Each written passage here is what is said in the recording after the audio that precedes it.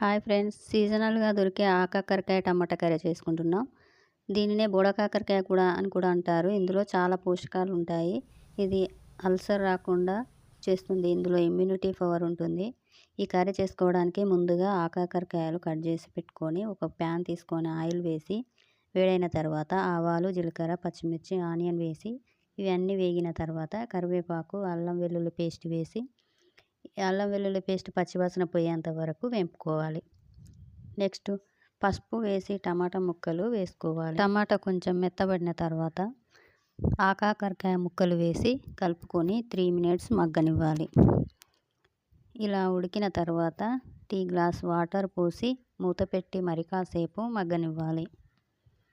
ఇప్పుడు తగినంత కారం వేసి ఉప్పు వేసి మూత పెట్టి 2 మినిట్స్ ఉడికిన తర్వాత కాకరకాయ ముక్కలు ఉడికాయో లేదో చూసుకొని ధనియాల పొడి, కొత్తిమీర వేసి సర్వ్ చేసుకుంటే ఆకాకరకాయ టమాటా కర్రీ రెడీ.